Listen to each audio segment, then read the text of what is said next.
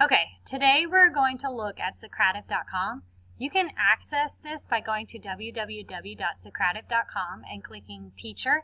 You have to create an account and a room name, and I'll tell you about the room name a little bit later. But when you get in here, you can make quizzes. You can do Space Race, which is like a game the kids can play, or you can create exit tickets. And all of these, the questions can come in the form of multiple choice, true, false, or short answer. So the first thing we'll go to is quizzes. Under quizzes, we have all the ones that I've made in the past.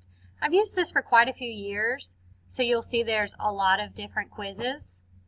I have some on books like Shiloh and Tuck Everlasting.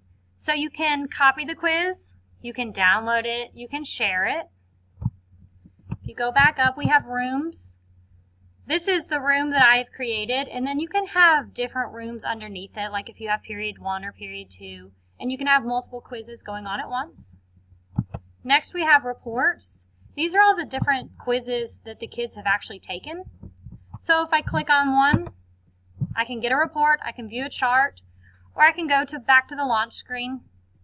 The different reports, they come by class, they come by student. You can print them, you can get them in PDF, you can get them in Excel. If I look at a chart,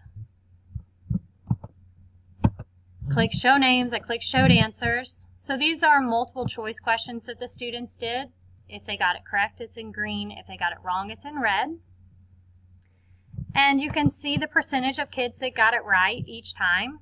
I like it because I can see if every kid missed number 15, I can see if it's something I didn't teach very well, or maybe I wrote the question wrong. Like I said, you can download the different reports that give us data. My team likes to use the data during our PLC. So the kids get on, they go to Socrative.com and they click Student, and they enter the room name that you gave them. And if you have a quiz going, you launch it, and you can see everything that they are doing live. I hope you enjoyed this, and I hope you check it out and see all the fun features that Socrative has.